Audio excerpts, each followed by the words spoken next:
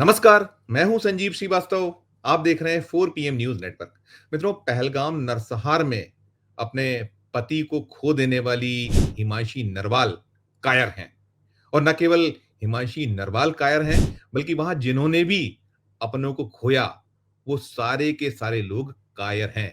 ये मैं नहीं कह रहा हूं, ये हम 4 PM नहीं कह रहे हैं, ना हमारी ये भाषा है।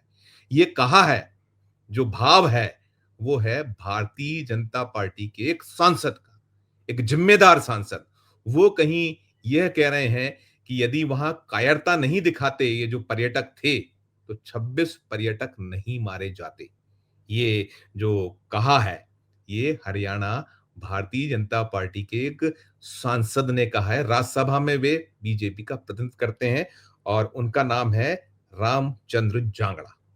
कल्पना कीजिए, ऐसा लग रहा है कि भारतीय जनता पार्टी के नेताओं के बीच स्पर्धा हो रही है कि ये जो पूरा का पूरा कांड हुआ, जो नरसंहार हुआ पहलगाम का, और पहलगाम नरसंहार के बाद ऑपरेशन सिंदूर, सीज फायर, तमाम चीजें हो चुकी हैं, और एक के बाद एक बीजेपी के जिम्मेदार नेता ऐसे ऐसे घटिया बयान दे रहे हैं, ऐसी ऐसी बातें कह रही हैं कि सिर शर्म से झुक जा रहा है। मध्य प्रदेश के जो सरकार में एक वरिष्ठ मंत्री विजय शाह के बयान से तो देश भिज्ञ है। उनके बयान पर जो है एसआईटी बैठी हुई है। 28 मई को ये मध्य प्रदेश की जो पुलिस है, उसे वहां एक स्टेटस रिपोर्ट देनी है और उनके भविष्य का फैसला लटका हुआ है। माफी मांगते फिर रहे हैं वो। उन्होंने कहा था, जो कर्नल सोफिया कुरैशी, ये जो भारत और पाकिस्तान के बीच जो संघर्ष हुआ, उसका जो चेहरा बनी थी, उन्हें संकेतों में आतंकवादी बता दिया था, आतंकवादियों की बहन कहा था। वो बयान बड़ा चर्चित रहा था, उनका वीडियो है पूरा का पूरा। उस पे फजीयत हो रही है भारतीय जनता पार्टी की, उनके आकाओं की, और विजय शाह भागे भागे फिर रहे हैं, छुपे छुपे फिर रहे हैं। उनके खिलाफ मध्य प्रदेश हाईकोर्ट ने एक मुकदमा कायम कराया हुआ है गंभीर धाराओं में कि देश की एकता अखंडता को खतरा पहुंचाया, संप्रभुता को खतरा पहुंचाया, और कहीं ना कहीं जो धार्मिक भावनाओं को भड़काने का प्रयास किया, एक वैमनस्यता पैदा करने की कोशिश की, उनके खिलाफ मुकदमा कायम है। और इन सब धाराओं में गंभीर सजा है, कई सालों की सजा हो सकती है, और उम्र कैद तक का प्रावधान है। जिस धाराओं में मुकदमा कायम किया, बचते फिर रहे हैं। सुप्रीम कोर्ट ने फिलहाल उनकी जो गिरफ्तारी, उस पर रोक लगाई हुई है। 28 को उनके भाग्य का फैसला होगा। उसके बाद मध्य प्रदेश के ही डिप्टी सीएम जगदीश देवड़ा का बयान आया था। उन्होंने कह दिया था कि सेना तो प्रधानमंत्री जी के चरणों में नतमस्तक है। उस पर भी काफी बवाल हुआ। बीजेपी बचाने में लगी है, उनके नेता इन सबको बचाने में लगे। तमाम बयान आ रहे हैं, एक के बाद एक घटिया बयान आया। और आज जो शनिवार का दिन है, आपसे कुछ देर पहले जो ये रामचंद्र जांगड़ा है, इनकी उम्र है 69 साल, और ये राज्यसभा के सदस्य हैं। 2020 में बीजेपी इन्हें राज्यसभा ले गई। इनका कार्यकाल 2026 तक है, अगले बरस तक है। और ये गोहाना से 2014 में लोकसभा का चुनाव लड़े थे और हार गए थे। ये भाषा, ये बोले, अब वो क्या कह रहे हैं आप उन्हें सुनिएगा तो आप शर्म से सिर झुका लेंगे। मैं उनका बयान ही सुनाता हूं, सुनिए उनके बयान को। वहां पर जो हमारी वीरांगनाएं बहन थी, जिनकी मांग का सिंदूर छीन लिया गया, वीरांगना का भाव नहीं था, जोश नहीं था, जज्बा नहीं था, दिल नहीं था, इसलिए हाथ जोड़ के गोली का शिकार हुआ। लेकिन हाथ जोड़ने से कोई छोड़ता नहीं। हमारे आदमी वहां पर हाथ जोड़ के मारे गए। जो व्यक्ति सुन लिया आपने, ये जो बयान था, मैंने बताया कि हरियाणा से बीजेपी के राज्यसभा सांसद रामचंद्र जांगड़ा जी हैं, जिन्होंने इतना घटिया और विवादित बयान दिया है। वो कह रहे हैं कि जो सुहाग जिन्होंने खोया, उन महिलाओं में वीरांगना का भाव व जोश नहीं था, इसलिए 26 लोग गोली का शिकार बने। और यही नहीं थमे थे, यही रुके थे। वो कह रहे थे पर्यटक हाथ जोड़कर मारे गए। और साथ में वो प्रधानमंत्री जी का जैसे गुणगान, यशोगान होता है, जो किया जाता है, वो कह रहे हैं कि प्रधानमंत्री की योजना के तहत ट्रेनिंग लेते और सामना करते तो इतनी मौतें नहीं होती। इनको शर्म नहीं आ रही है। वहां लैप्सेस जो हैं, क्या क्या लैप्सेस रहे हैं।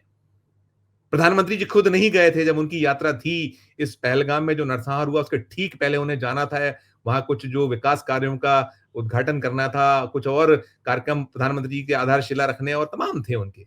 जो इंटेलिजेंस इनपुट आया उसके तहत प्रधानमंत्री जी नहीं गए। और ये पहलगाम में 2000 से ज्यादा जहां पर्यटक पहुंचते रहे हैं, हर दिन पहुंचते हैं, और उस दिन भी बड़ी संख्या में पर्यटक वहां थे जब ये घटनाक्रम हुआ था।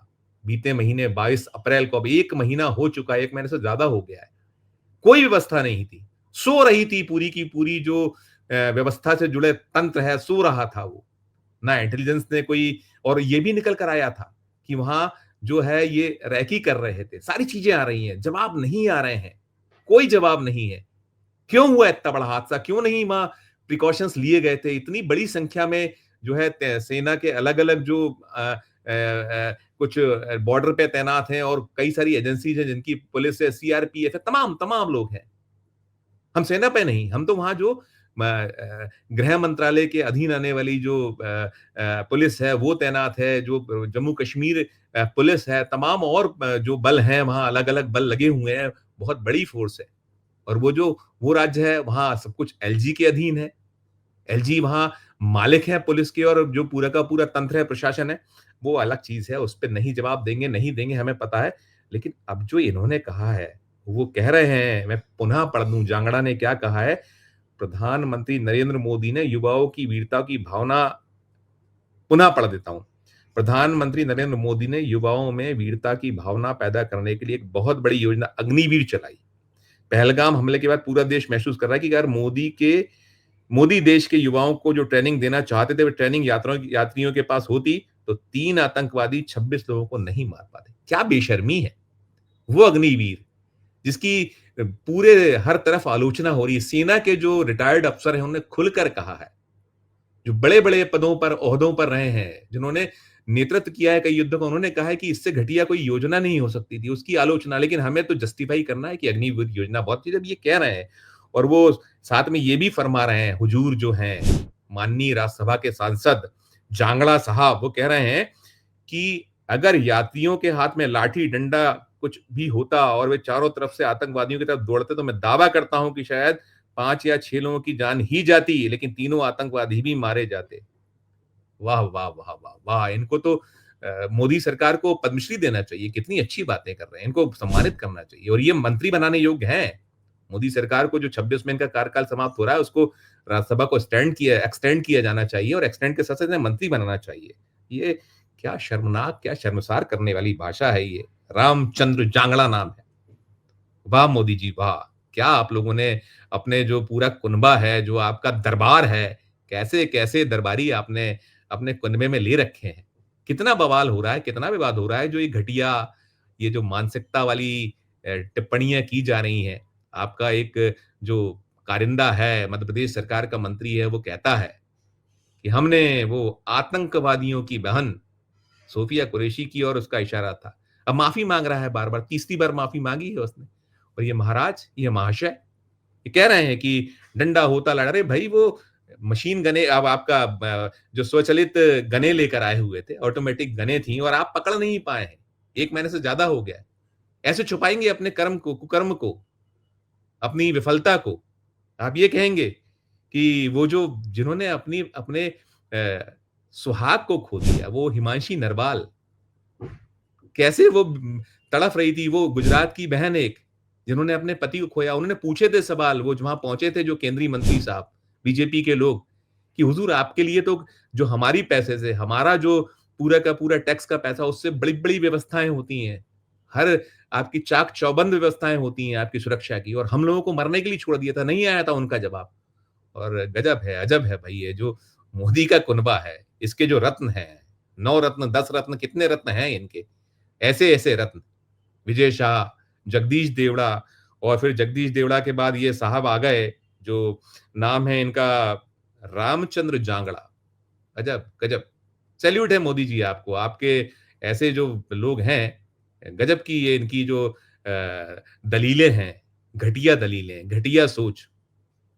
दर्शकों, आपकी अपनी क्या राय है? आप भी इस मसले पर टिप्पणी कीजिएगा। ये कह रहे हैं कि अग्निवीर योजना से अगर ये उसमें शामिल हो जाते, तो नहीं ये इनका इस तरीके से मौतें होती, 6 ही लोग मरते, 5-6 लोग मरते, और तीनों आतंकवादी, चारों आतंकवादी मारे जाते हैं। अब देश से जो पुलिस है और बाकी जो व्यवस्थाएं, सब हटा लेनी चाहिए। सबको अग्निवीर योजना के तहत आप शिक्षा दीक्षा दे दीजिए, और फिर उसके बाद जय राम जी की नमस्ते मोदी साहब ने कर लेना चाहिए।